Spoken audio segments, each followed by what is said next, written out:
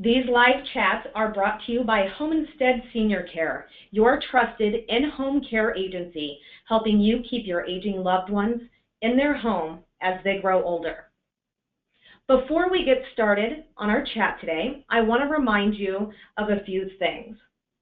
We have muted your phone lines to keep the background noise at a minimum, so feel free to multitask while you listen to the chat. You can begin entering your questions at any time by simply typing them in to the question section on your screen. If you have any tips or support for other caregivers throughout the chat, please enter them into that same question area and we'll get to them throughout. Now at the end of the chat, we will be sending you a link to the recording of this chat as well as the resources we mentioned throughout. So don't worry if you don't have a pen or paper to take notes. We've got you covered. Okay, so that's all of the formalities. So let's get started on our chat. Today we're talking about Alzheimer's and dementia. So where we've been, where we're going. And I'm your host for today. My name is Koehler. I'm the social media advocate for Homestead Senior Care. I get to interact with all of you on Facebook and Twitter, our blogs, and of course, our monthly chats. And I am really, really excited to welcome David Troxel back as our guest expert for this chat. David is an internationally known expert in Alzheimer's disease and memory care. He has worked for over 25 years in the Alzheimer's care field, developing and teaching care techniques as a consultant, writer, and speaker. And most notably, David has also been a caregiver for loved ones with Alzheimer's. So he has real life experience that is really valuable in these conversations. David, welcome to our chat. Thank you very much, Kat. So this is kind of a big topic. Of course, today is World Alzheimer's Day. And so I think it's a great opportunity to reflect on Alzheimer's care, where we've been, where we're going. And I think a lot of people, David, may not realize that while it's getting more attention right now, that Alzheimer's has been around for a very, very long time. And in fact, it was the very early 1900s that it was finally named, correct? That's correct, Kat. I'm sure Alzheimer's disease and these other dementias have always been with us. You know, there are people who can, look back in some ancient writings where the writer will describe elders who become, demented or almost going back into their childhood. If there are any Shakespeare buffs on the call, there's a Shakespearean play called King Lear where the elder King Lear begins to make a lot of bad decisions, and that's often been called one of the first literary descriptions of Alzheimer's disease. But certainly in the last couple of centuries, in early 1900s, Dr. Alzheimer was doing his work in Germany. This was a time of great science, very much a fascination about the human brain and behavior. People wondered what they would have called back then, what would cause lunacy or madness. Dr. Alzheimer, working in Germany in the early 1900s, was very much of the school of thought that there was a link between the brain and behavior. And of course, sure enough, we know that to be very true. He met a woman named Augusta, who in an odd twist of fate was only 51 when he met her, but she was getting lost in familiar neighborhoods, having these delusions that we define as these fixed false ideas, having very poor memory. He followed this patient, Augusta, when she died. He did an autopsy of her brain, found these plaques and tangles that shouldn't be there in a healthy brain. He wrote up a little article about it, and that's how we have Alzheimer's disease. It was named after Dr. Alzheimer. But of course, he died, Kat, decades and decades before ever knowing his name would become so recognizable. We thought it was very obscure back then, but there weren't as many older people. In 1900, the average life expectancy was 47, I think, in the U.S., probably much lower in Europe. So we've seen this last century or so, Alzheimer's disease become an enormous worldwide challenge as our population has gotten older, which we know is the #1 risk factor for dementia. And now it's an enormous, enormous challenge all around the world. Yeah, and it's funny. I think back to when I was probably 12 years old, and I'm going to give away some of my Southern roots here by saying my granddaddy Bill was sitting on the couch, and I remember the whole family just kind of snickering that he had my sister kind of trapped, telling her the same story over and over and over again. But we just said, oh, well, that's because granddaddy's old, and back then, and even well before that, really the option was, well, at some point they got to go in a home. So tell me a little bit about, kind of expand my knowledge on what did dementia care look like in the last century as compared to today. Well, Kat, it's very fascinating. I think this is an area where we can honestly say there's kind of some good news and some not so good news.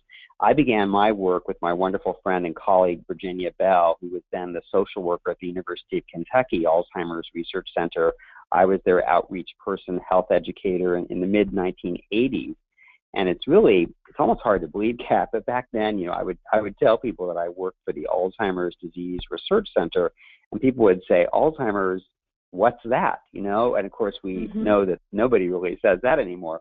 But, in the early 80s, I think we began to see this enormous expansion of the disease because of demographics, I think, in the aging population.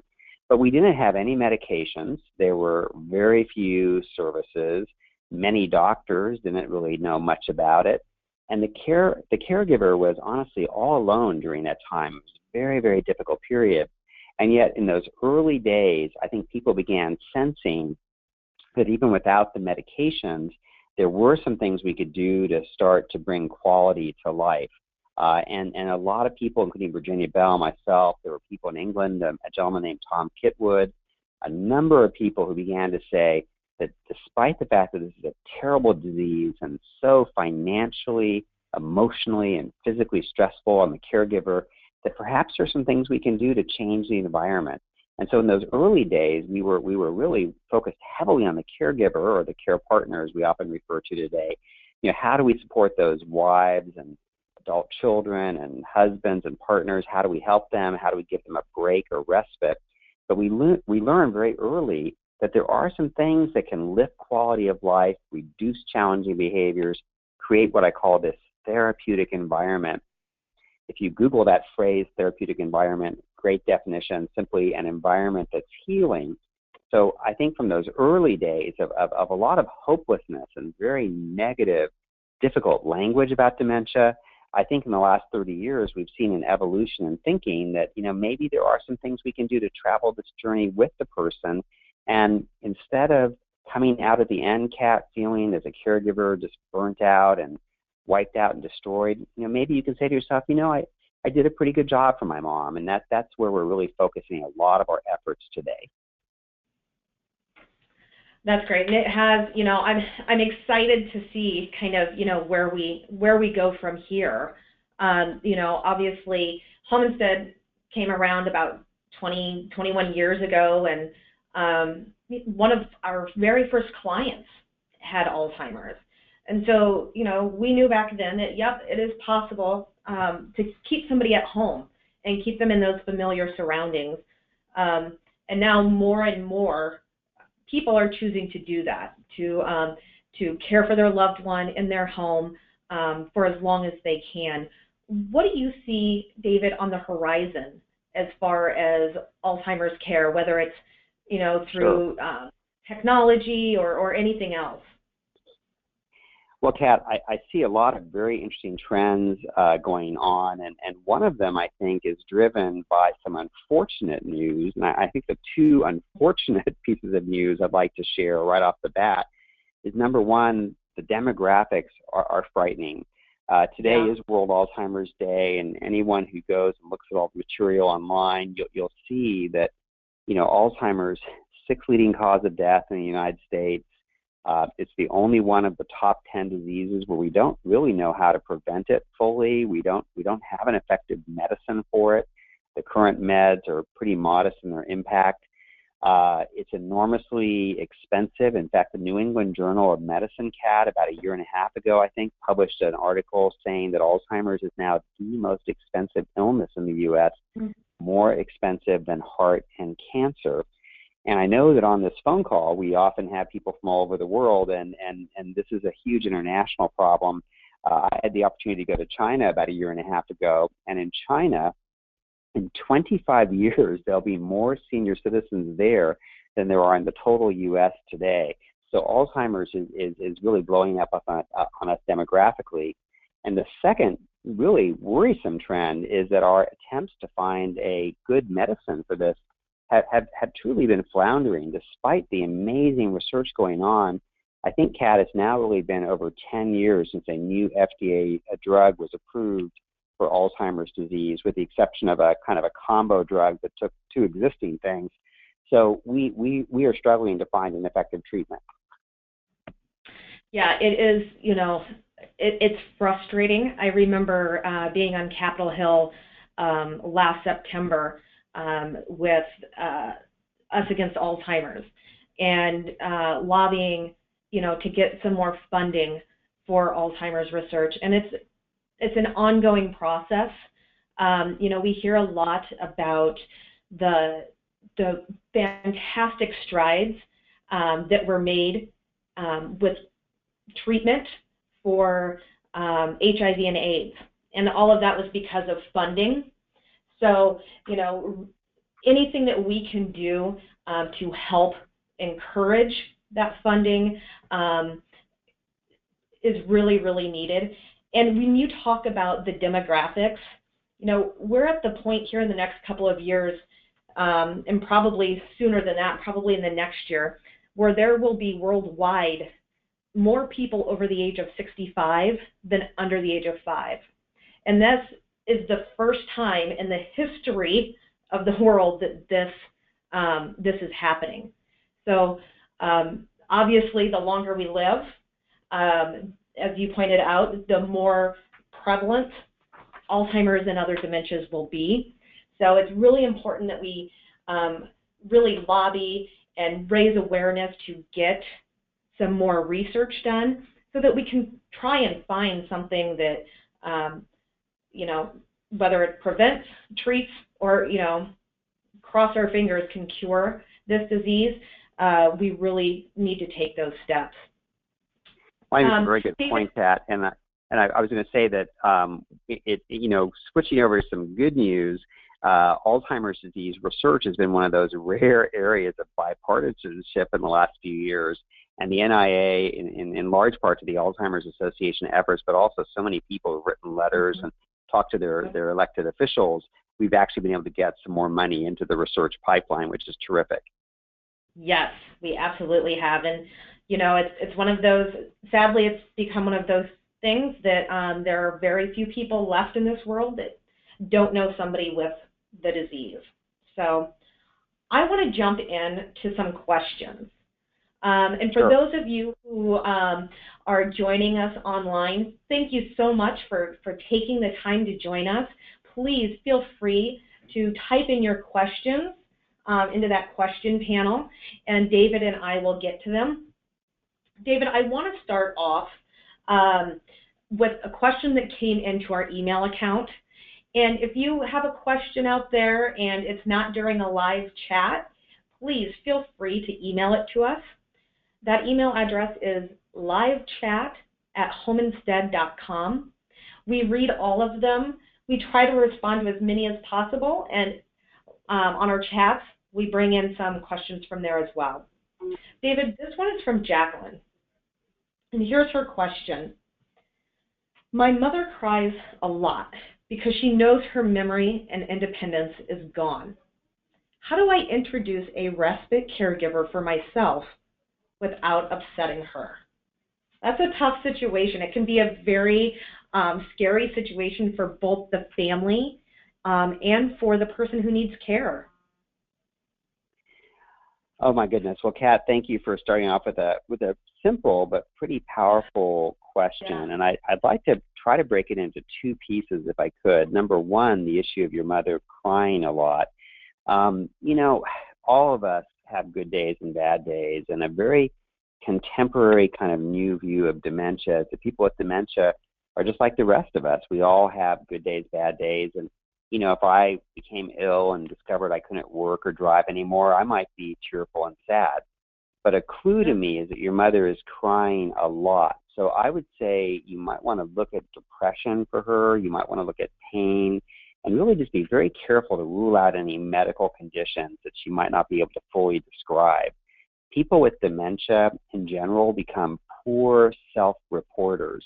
And of course, I don't know your mother's exact situation, but she might have some, unrelieved pain or, dental issues or arthritis, things like that can potentially be treated. So focus number one, I think, on her mood and whether even a round of antidepressants, which really aren't too bad for the elderly population, might be helpful.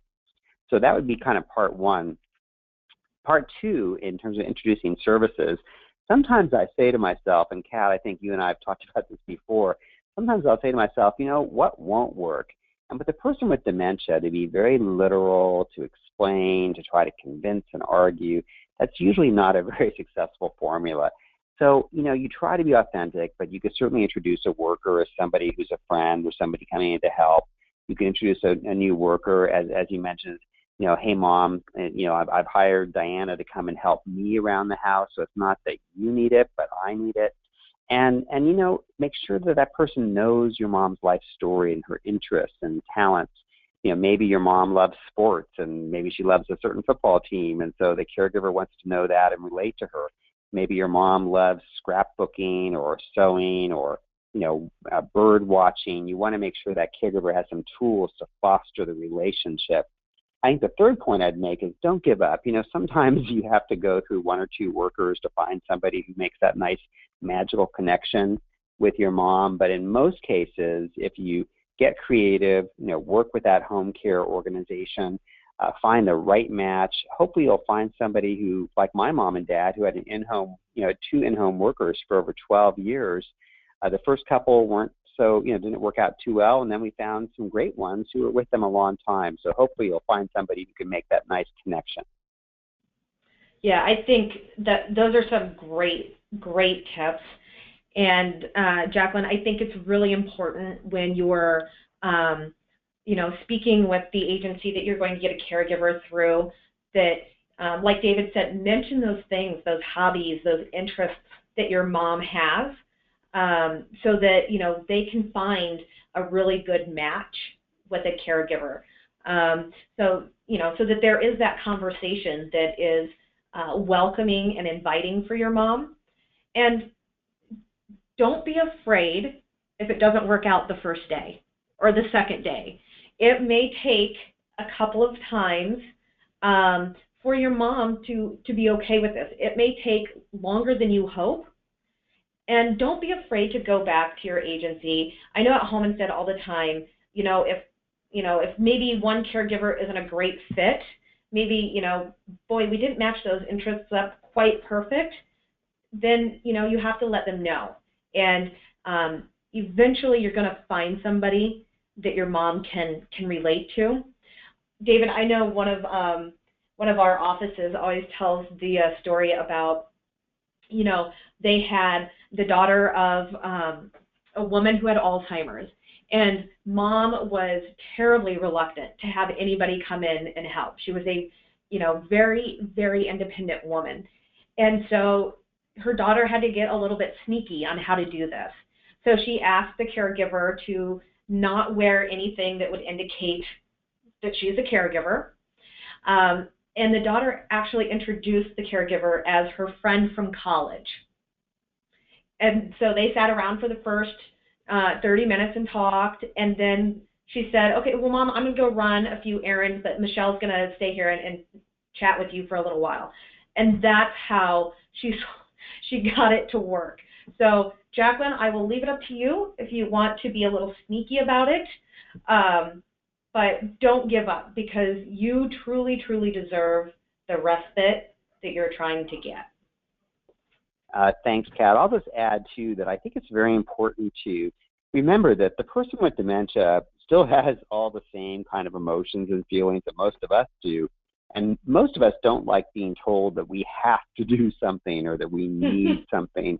So, you develop a little light touch or finesse. My father, Fred, passed away in 2012. He did not have dementia, but he had some other issues. And we actually did have a wonderful guy from Home Instead who came and helped out. And my strategy with my dad was, Dad, what a nice young person this is. How great that you're helping him out a little bit. How wonderful that you're giving him a little extra money for school, and you're so cool. So my father, even without his dementia, really reframed it like, well, I don't know that I need the help, because he was very prideful, but how I guess it'd be nice to help this nice guy out, and if he wants to put in a few hours around the house, that's good. And of course they would watch football together and hang out, and it worked out very well. That's great. I love that. David, we have a question from Cheryl, who's on the live chat with us today. And Cheryl, first of all, let me say thank you for the work that you do. She is a certified dementia practitioner, and she provides person-centered recreational activities. So she works in a facility. I'm sorry, let me read this again. You guys, it's Monday, so you got to bear with me a little bit. Cheryl provides person-centered recreational activities to a person living at home with Alzheimer's. So Cheryl goes into this person's home. Here's her question. The client has a family member who wants to be there 99% of the time that Cheryl is there. Do we think that maybe this respite time may be defeating the purpose of Cheryl being there? So what do you think, David? If a family member wants to be there most of the time, that a caregiver is there, what are your thoughts on that? And maybe what strategies or what nuggets can we give Cheryl to address this? Well, thanks, Cheryl, for being on the call today. I have a couple schools of thought about that, or a couple of ideas about that. I think number one, you certainly should try just having a very, hopefully, gentle, authentic talk with the family member and say, hey, I noticed that you're hanging out. Of course, this is your home. You're always welcome. But, I know you love golf, and, how about you go out and hit a few balls at the, practice range, or why don't you go, I hear Nordstrom's has their sale on. Why don't you go and hit it? So it's okay to say, hey, I've got it covered. I'll call you if anything happens. This family member just might be anxious or nervous about leaving you, with the person. So give it your best shot if you haven't already, just to be very supportive and gentle, and say, hey, why don't you go to Starbucks and have some coffee, and I'll, let me, handle things for a few hours. If the person really just wants to stay, I think I just kind of work with it and run with it, and in effect design activities that you can all do together. If it's exercise, if it's singing, if it's music, if it's some kind of brain aerobics activity, I think the more the merrier. I think you would just work with both those family members and enjoy that time together. So I would turn the lemons into lemonade. Even though you might want to truly focus in a person-centered way on the person with dementia, I'd almost run your own little mini program for both of them. That's great. And before I jump in, if any of you listening, if you've run into this, if you are a family member who likes to be there while your caregiver is there helping your loved one, pop a note into that question section, and because we really want to help Cheryl and give her all the tools to really make this a great situation. Cheryl, the other thing that you might consider, and I don't know the family's situation, their background, but is it possible that the family caregiver is maybe looking at you, isn't as comfortable being a caregiver, and is maybe looking for some tips, how you handle things? So she may be kind of wanting to almost shadow you and kind of train and learn. So maybe there are resources that you can give her if she would like to learn more. If you've learned how to do something through a program, give her that information. You can always direct her to our helpforalzheimersfamilies.com website There's great information that's really specific for family caregivers.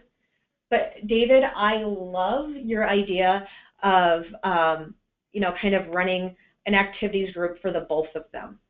And the other part is, even if she's there, the family caregiver is there, maybe there are things that she wants to do that she can't normally get done when she's tending to her loved one. And so even though she's in the house, she's getting that respite by you being there.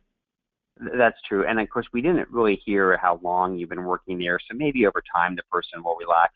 My only other thought, Kat, is, going back to where we've been and where we're going, when I started out in the field, support groups were the big thing.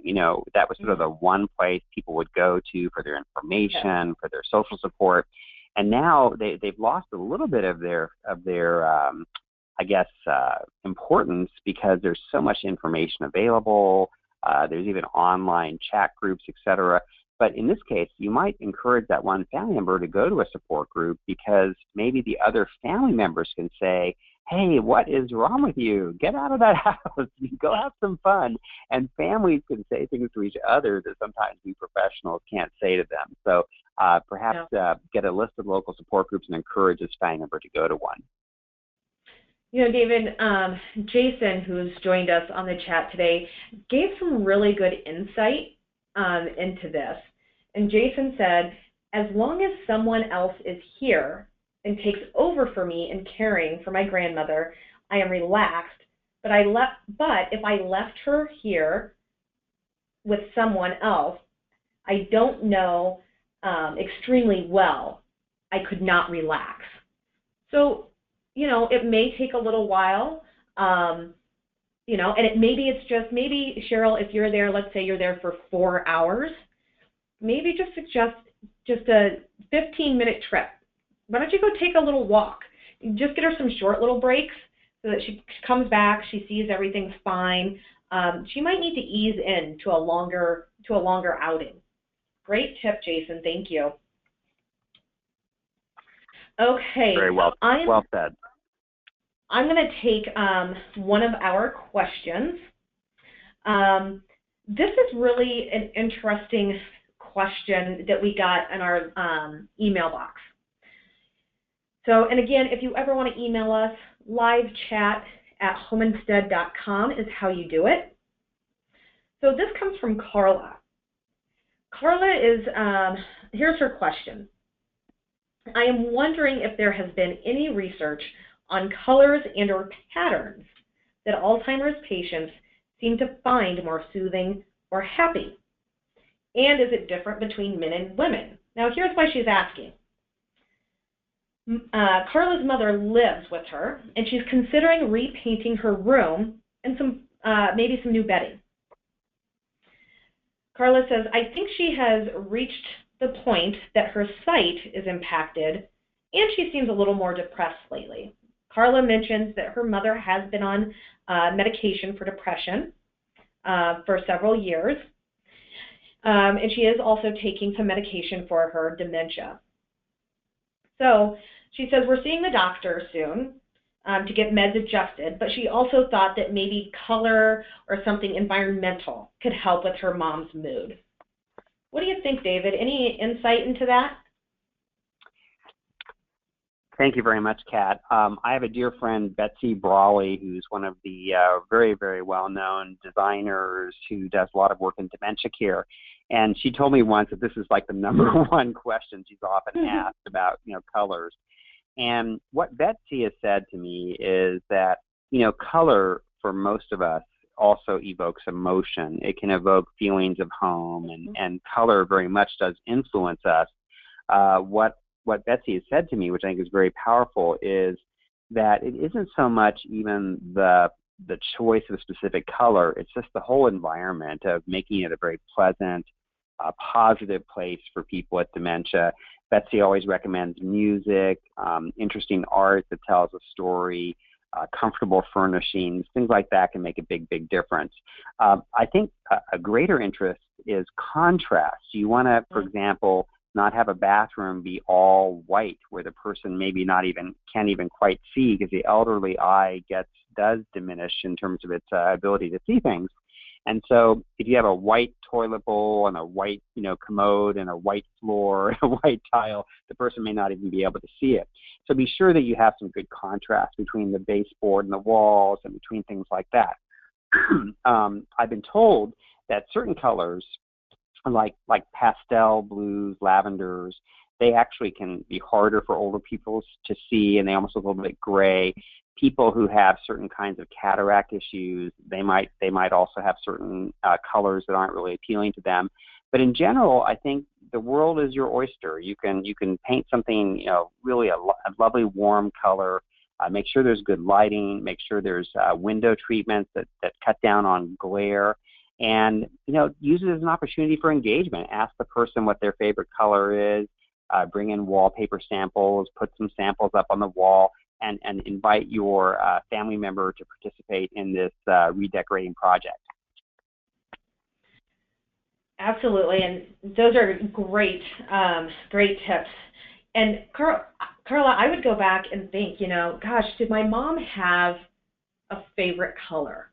Did she always buy a certain color of towels? Did she, for instance, I know my mother loves the color green. Anything green, I know she will love. It doesn't matter what it is. The simple fact that it is green, she will love.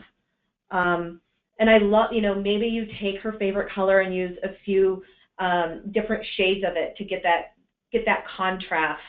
But David, you're so right. That contrast is really important, not only aesthetically, but from a safety standpoint. I know many times as the disease progresses, the brain doesn't quite connect where one thing ends and another thing begins. So if the floor and the wall are the same color, that can cause some issues. And Carla, what a wonderful daughter. And just, trust me, painting is one of my least favorite activities when it comes to home improvement. So good for you for taking on that task and giving your mom something she's going to love. I'd also add, Kat, there's actually been quite a bit of literature and several books about the whole area of design for dementia care and lighting and colors. So I think going to your trusty Google and looking things up, you'll probably find quite a few articles that give you some great tips. Absolutely. Okay, let's take, a question from one of our listeners who's joined us on the call today. This is from Denise. Denise is a social worker at a memory clinic in Pierre, South Dakota. Denise, that's my family's stomping grounds. So let's see. She says, unfortunately, in this largely rural area,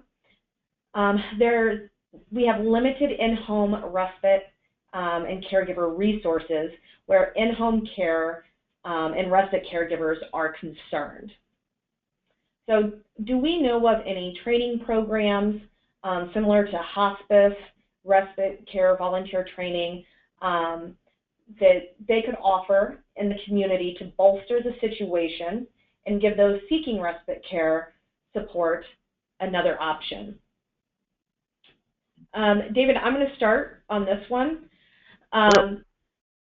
Denise, there is, whether you're looking for, family caregivers, training for family caregivers to help them, or perhaps you're looking for professional caregivers training. There's a lot of resources out online.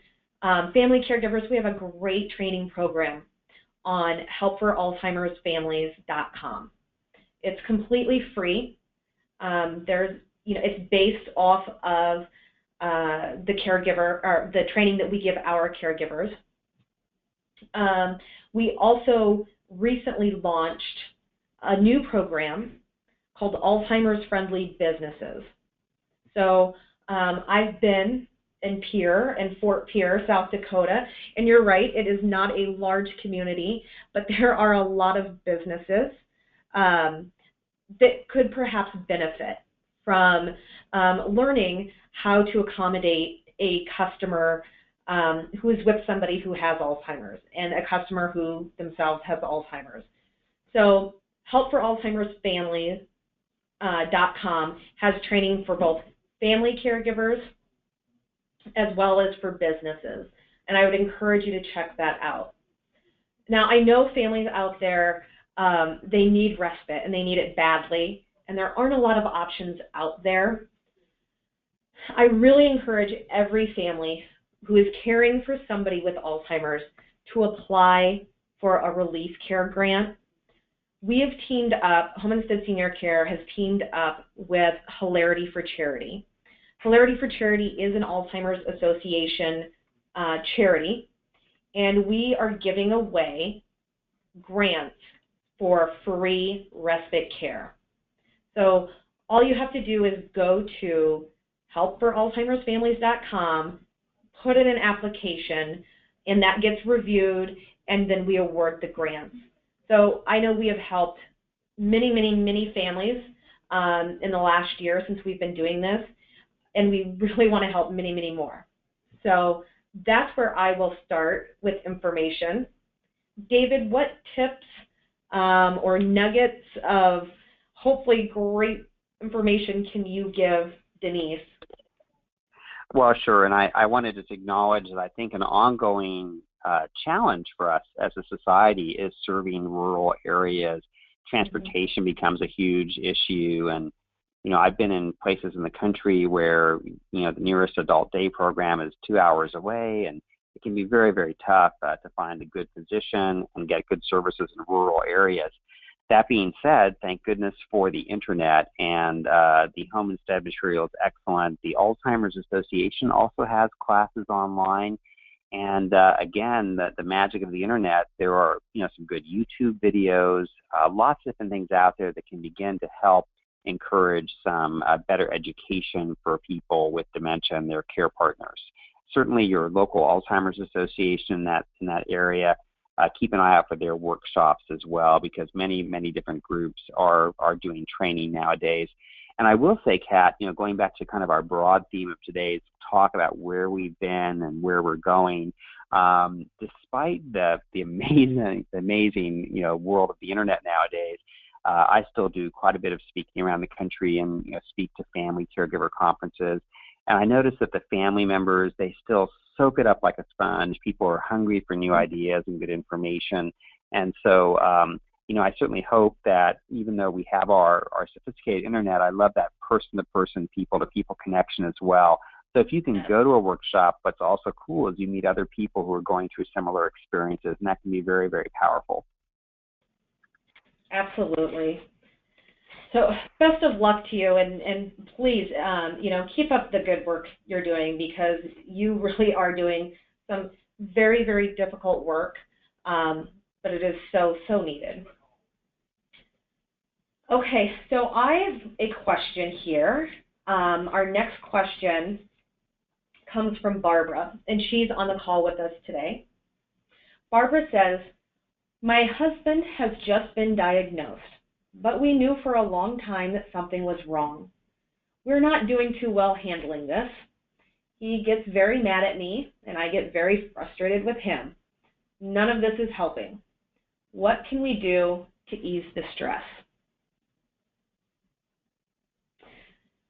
Barbara, first let me say I'm so sorry that you and your husband have found yourself here with this diagnosis. And I think the first thing you guys need to do is to let yourselves grieve a little bit over hearing the news.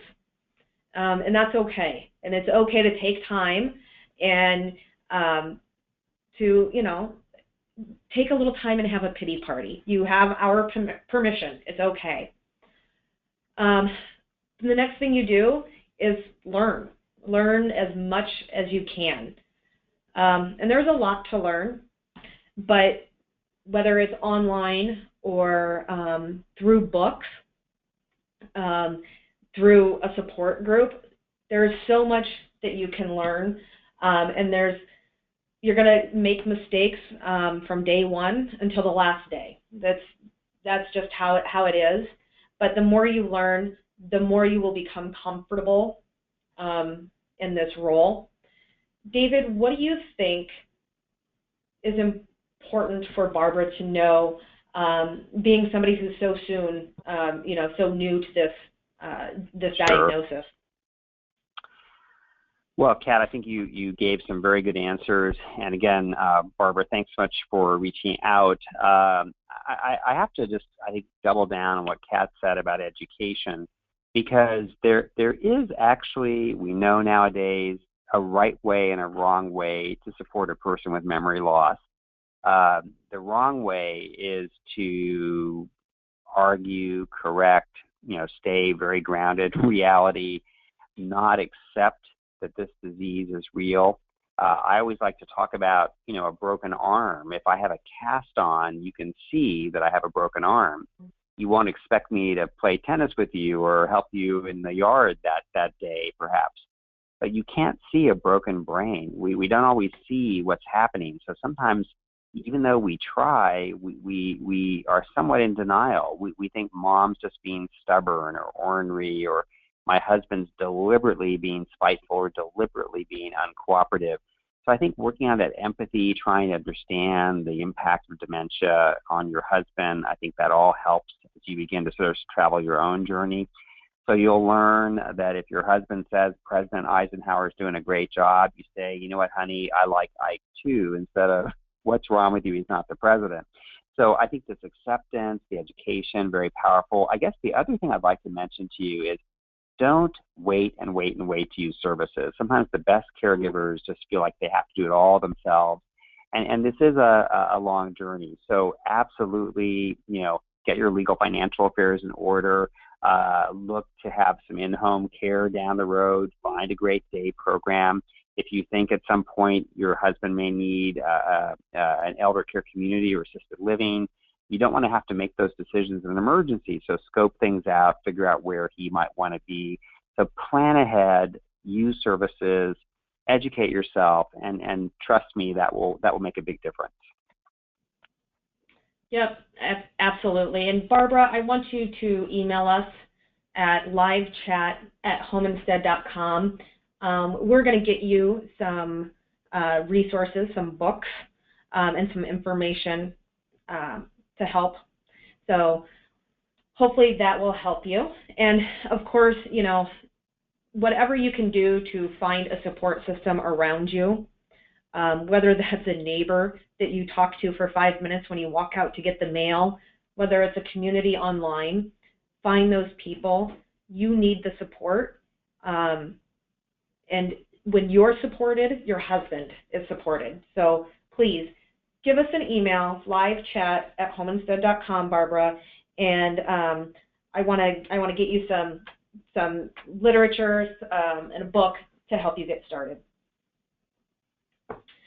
Okay, I have a question here, David, from Lauren. Lauren is on the call with us today, and she says, so many people cannot afford home care or facility care. People with Alzheimer's disease can be alive for years with the disease, and there are only limited financial personal resources. What can she tell them? She's a geriatric care manager, and she's looking for advice to give her clients who are stressed about this.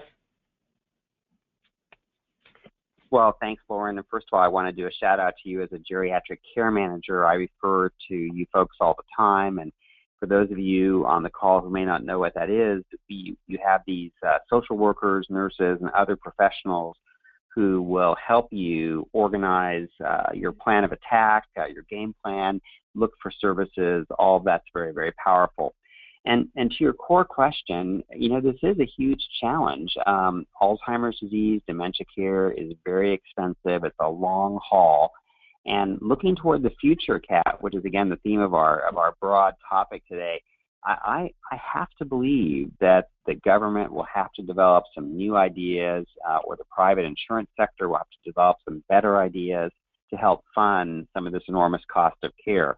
I have my own long-term care insurance policy that I hope will someday pay off, But I have to tell you, well, actually, I hope I never use it, Kat, but if I have to use it, I hope it will pay off. But in any case, we desperately need some better services.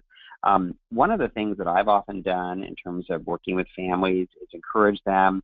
There's a website that I think the federal government runs called Benefits Checkup. I think it's benefitscheckup.org, where you can put in someone's social security number or other ID and find out what kinds of programs they may be eligible for. Perhaps they're a veteran with some veterans benefits.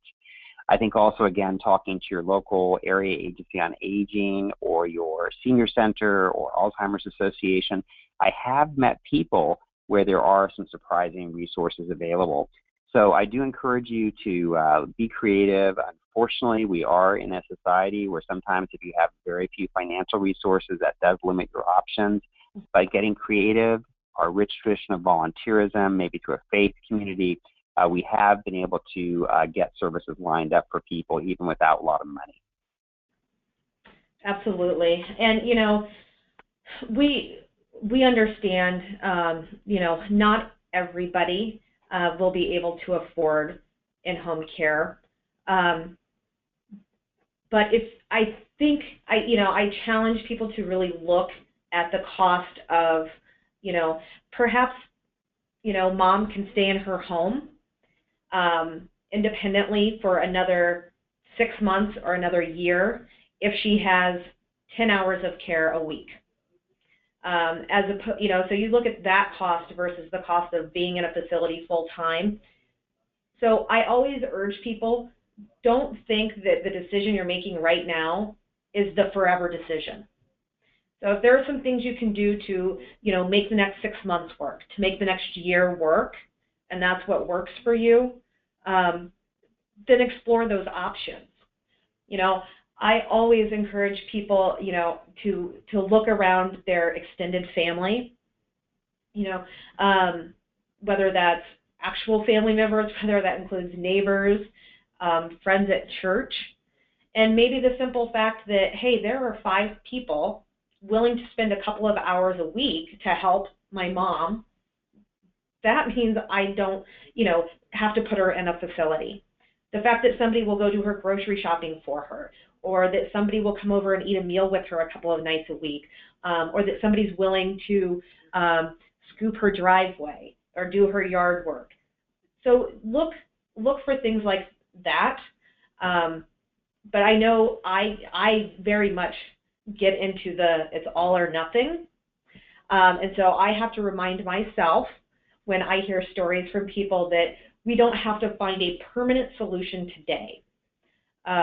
So looking for those Band-Aid fixes that'll get us through maybe the next 6 months to a year until we have other options, or maybe some other financial means to save up a little more, go for it. Do what you can. Okay, David, I want to take one of our questions that was emailed into us. Actually, this one came from our app. So our Confidence to Care companion app, which you can get on the Google Store or on iTunes. You can ask questions, you can share your experiences, give other people support, get great information. And David, this question came from Cheryl. And this is really about behavior. Cheryl says, my mother, who is 90 years of age, has the beginning stages of dementia. We moved my dad and mom in January of 2015 into a retirement residence. Ever since she has been there, she is gradually getting more and more aggressive. First, she thought this man that sits at their table was staring at her. Then she thought that a woman who lives there was after my dad. Every once in a while, she blames me for taking her blankets and quilts and towels when we moved them there. They have plenty of these items in their suite. She gets so violent, throws things around and curses and swears. That's just not like my mom. Is this a symptom of dementia? I seem to be the only one she blames for everything, as I do a lot for them. Please help. Okay, That's a tough story, David. Yeah. Violence and aggression is certainly something that can happen with dementia, but it's not necessarily part of dementia. And again, keeping with the theme of our call today about looking toward the future and where we are, where we've been, where we're going, we more and more think that people with dementia are just like the rest of us. They have all the same needs, emotions, feelings. And so there's sort of this strategy that we employ when we think about things like your question, like, well, behavior communicates a message. Is there some unmet need for your mom? So a couple of things I'd suggest is, one, since she is in an assisted living or care setting, I would ask for a care plan meeting where you could get hopefully 5 or 6 or 7 of the staff members together. Get a few of those CNAs who work with her, who help her in the shower, get the activity person, get the memory care director, and just ask if you can brainstorm some ideas. See if you could figure out what time of day this kind of behavior kicks in and if there are any triggers. I've had people where moving a room to a quieter part of the building seems to help. Introducing more music therapy. We know that song lyrics and music are very therapeutic for people with dementia. They actually live in a different part of the brain and kind of last longer into the disease. So perhaps getting kind of a team process going might very well help. You mentioned your mother's mad at you. Unfortunately, it does seem sometimes that one particular daughter or son or family member becomes the bad guy. They may not totally understand why they're not in their home or what's going on.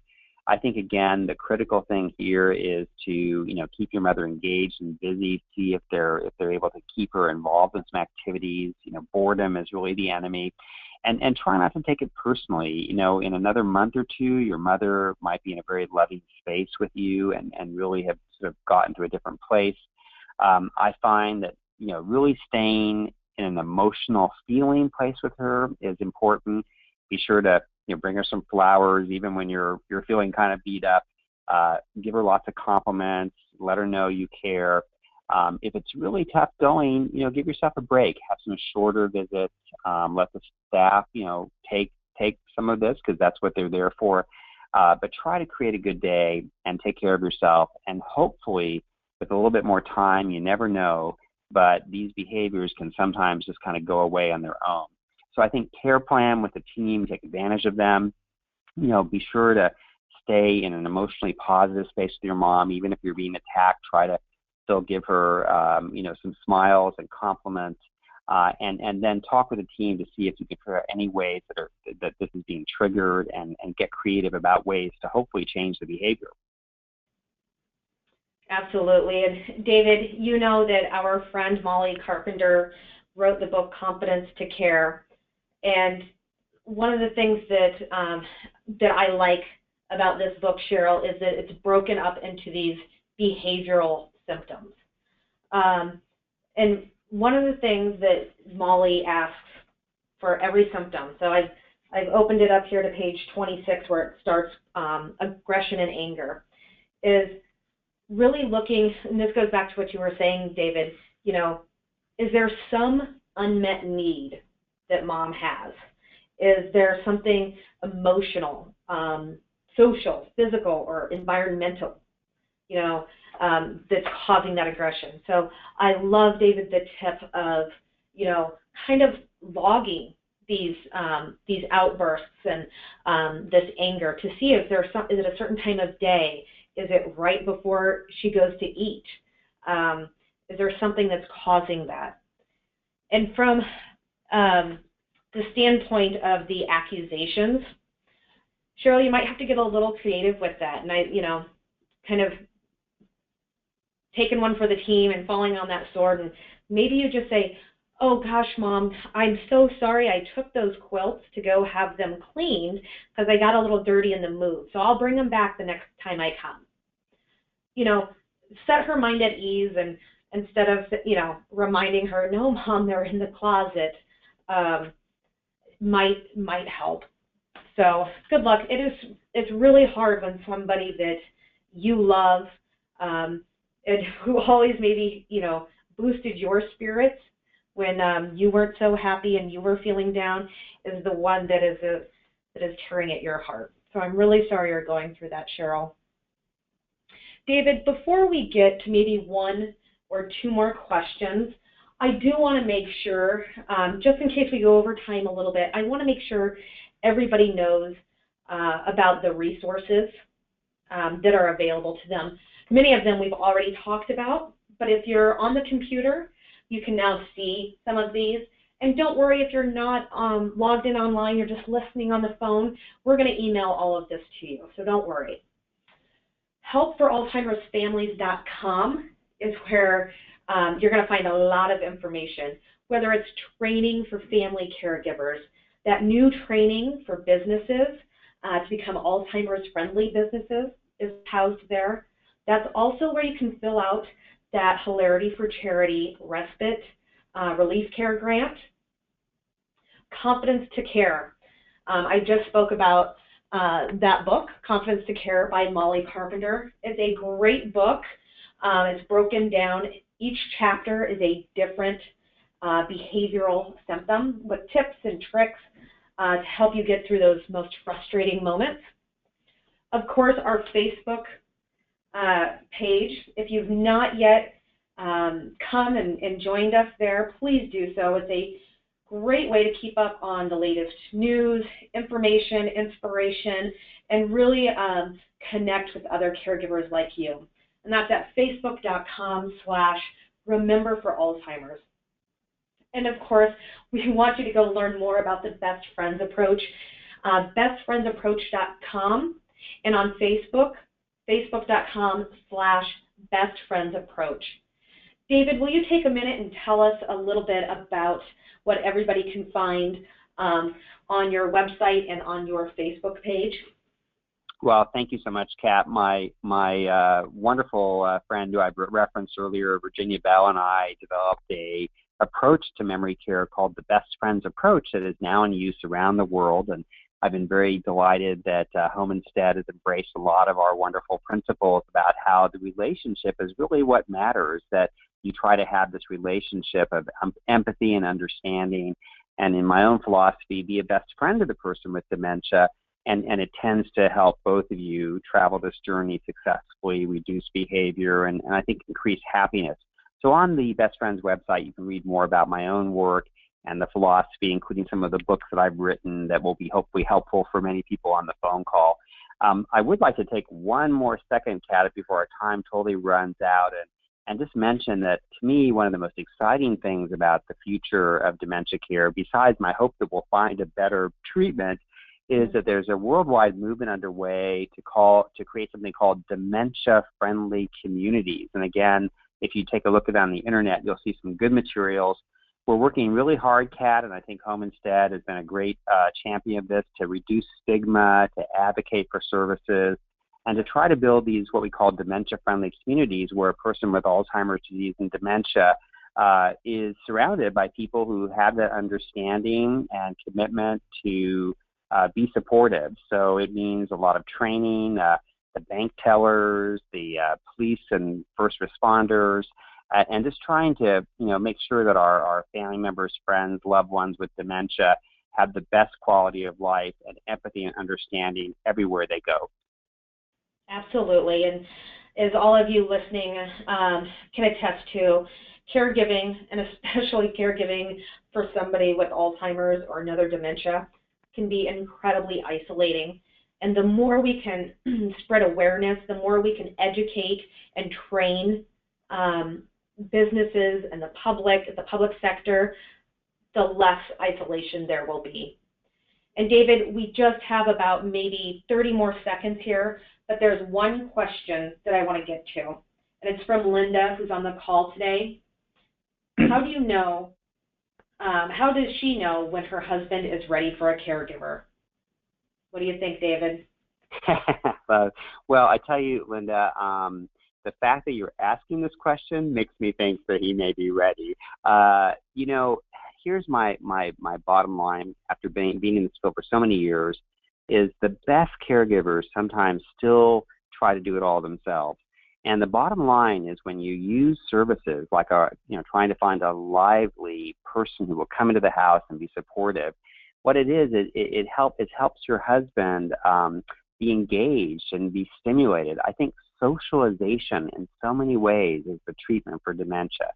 That's why, I encourage you to get a good, lively person in the home, to use those community services. Get your person with dementia out there in the community. Have this caregiver take them to the, parades and ice cream stores and coffee shops, and hopefully bring a fun personality and a lot of energy to that house. Again, socialization, good for the brain and good for people with dementia. Absolutely. Good luck, Linda. Okay, before we go, you guys, thanks for hanging in with us for this hour.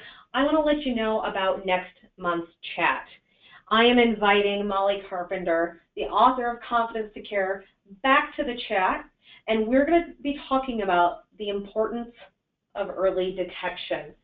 So please mark your calendars, Thursday, October 29th at 5 p.m. Register at helpforalzheimersfamilies.com. And if you have questions, you can always send them ahead of time at livechat@homeinstead.com. David, thank you so much. It was a quick hour, lots of great questions. Thank you for joining us. You're very welcome. Thanks, everyone. We'll see you next month. Bye-bye.